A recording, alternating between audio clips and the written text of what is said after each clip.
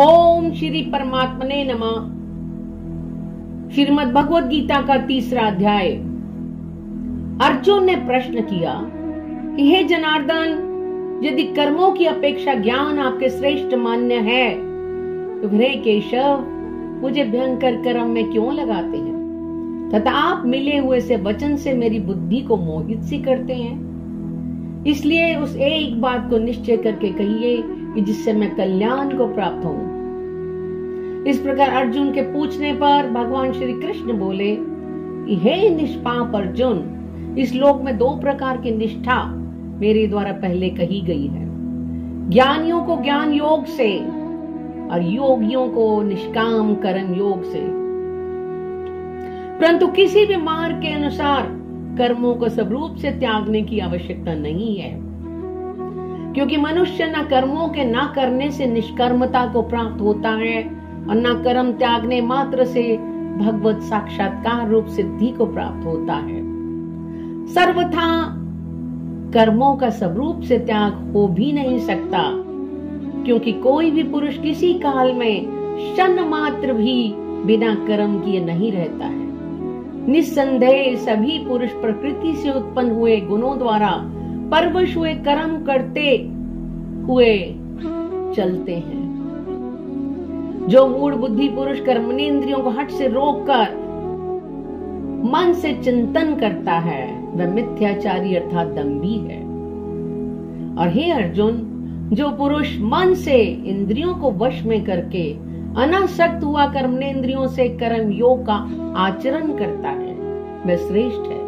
इसलिए तो शास्त्र विधि से नियत किए हुए सब धर्म का पालन कर, क्योंकि कर्म ना करने की अपेक्षा कर्म करना श्रेष्ठ है तथा कर्म ना करने से शरीर निर्वाह भी नहीं होता।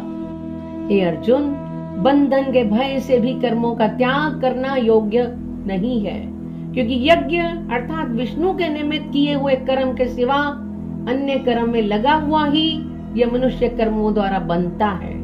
इसलिए हे अर्जुन, आसक्ति से रहित हुआ उस परमेश्वर के निमित्त कर्म का भली प्रकार आचरण कर।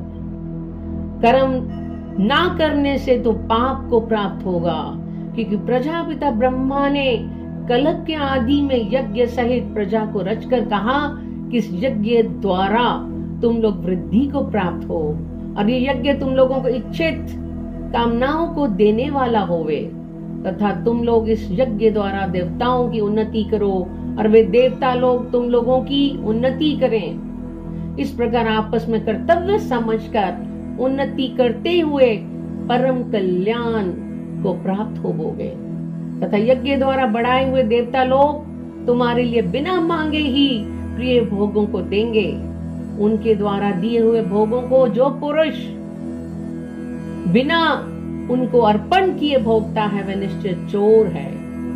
कारण कि यज्ञ से शेष बचे अन्न को खाने वाले श्रेष्ठ पुरुष सब पापों से छूट जाते हैं, और पापी लोग अपने शरीर पोषण के लिए ही पकाते हैं, वे तो पाप ही करते हैं। क्योंकि संपूर्ण प्राणी अन्न से उत्पन्न होते हैं और अन्न वृष्टि से होता है तथा वृष्टि यज्ञ से होती है, और वह यज्ञ कर्मों से होने वाला है तथा उस कर्म को तू वेद से उत्पन्न हुआ जान। वेद अविनाशी परमात्मा से उत्पन्न हुआ है, जिससे सर्वव्यापी परम अक्षर परमात्मा सदा ही यज्ञ में प्रतिष्ठित है।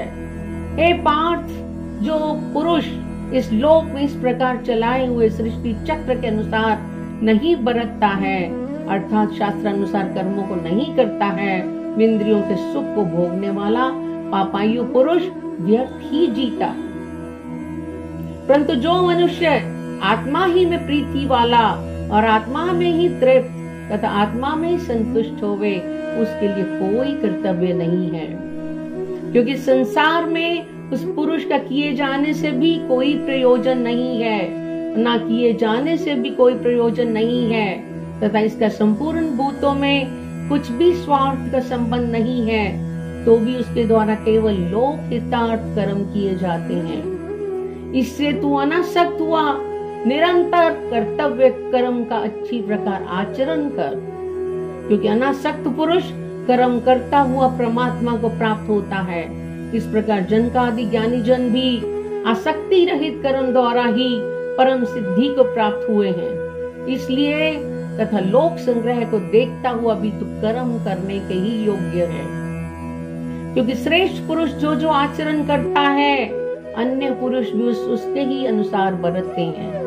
वह पुरुष जो भी कुछ प्रमाण कर देता है लोग भी उसी के अनुसार बरतते हैं। इसलिए हे अर्जुन, यद्यपि मुझे तीनों लोकों में कुछ भी कर्तव्य नहीं है तथा किंचित भी प्राप्त होने योग्य वस्तु प्राप्त नहीं है, तो भी मैं कर्मों को करता हूँ, क्योंकि यदि मैं सावधान हुआ कदाचित कर्म में ना बरतूं तो हे अर्जुन, सब प्रकार से मनुष्य मेरे बर्ताव के अनुसार बरतेंगे और बरतने लग जाएंगे, तथा यदि मैं कर्म ना करूं तो लोग भ्रष्ट हो जाएंगे और मैं वर्ण संकर करने वाला होऊंगा और सारी प्रजा का हनन करूंगा या मारने वाला बन जाऊंगा। इसलिए हे भरत, कर्म में आसक्त हुए ज्ञानी जन जैसे कर्म करते हैं वैसे ही अनासक्त हुआ विद्वान भी लोक शिक्षा को चाहता हुआ कर्म करे। ज्ञानी पुरुष को चाहिए कि कर्मों में आसक्ति वाले अज्ञानियों की बुद्धि में भ्रम अर्थात कर्मों में अश्रद्धा उत्पन्न न करे, किंतु स्वयं परमात्मा के स्वरूप में स्थित हुआ सब कर्मों को अच्छी प्रकार करता हुआ उनसे भी वैसे ही करावे। हे अर्जुन, वास्तव में संपूर्ण कर्म प्राकृतिक गुणों द्वारा किए हुए हैं, तो भी अहंकार से मोहित हुए अंतःकरण वाला पुरुष मैं करता हूँ ऐसे मान लेता है। परंतु हे महाबाहो, गुण विभाग व कर्म विभाग के तत्व को जानने वाला ज्ञानी पुरुष संपूर्ण गुणों में बरतते हैं ऐसा मानकर आसक्त नहीं होता, और प्रकृति के गुणों से मोहित हुए पुरुष गुण और कर्मों में आसक्त होते हैं। उन अच्छी प्रकार ना समझने वाले मूर्खों को अच्छी प्रकार जानने वाले ज्ञानी पुरुष चलायमान ना करें। इसलिए हे अर्जुन, तो ध्यान निष्ठा चित्त से संपूर्ण कर्मों को मुझ में समर्पण करके आशा रहित और ममता रहित होकर संताप रहित हुआ युद्ध कर। हे अर्जुन, जो कोई भी मनुष्य दोष बुद्धि से रहित और श्रद्धा से युक्त हुए सदा ही मेरे इस मत के अनुसार बरतते हैं वे पुरुष संपूर्ण कर्मों से छूट जाते हैं, और जो दोष दृष्टि वाले मूर्ख लोग इस मेरे मत के अनुसार नहीं बरतते हैं उन संपूर्ण लोगों में मोहित चित्त को तो कल्याण से भ्रष्ट हुए ही जा, क्योंकि सभी प्राणी प्रकृति को प्राप्त होते हैं अर्थात अपने स्वभाव से वश में हुए कर्म करते हैं। ज्ञानवान भी अपनी प्रकृति के अनुसार चेष्टा करता है, फिर इसमें किसी का हट क्या करेगा। इसलिए मनुष्य को चाहिए कि इंद्रियों के अर्थ में अर्थात सभी इंद्रियों के भोगों में स्थित जो राग और द्वेष है उन दोनों के वश में ना होवे, क्योंकि इसके वे दोनों ही कल्याण मार्ग में विघ्न करने वाले महान शत्रु हैं। इसलिए उन दोनों को जीत कर सावधान हुआ सब धर्म का आचरण करे, क्योंकि अच्छी प्रकार आचरण किए हुए दूसरे के धर्म से गुण रहित भी अपना धर्म अति उत्तम है। अपने धर्म में मरना भी कल्याणकारक है और दूसरे के धर्म भय को देने वाला है।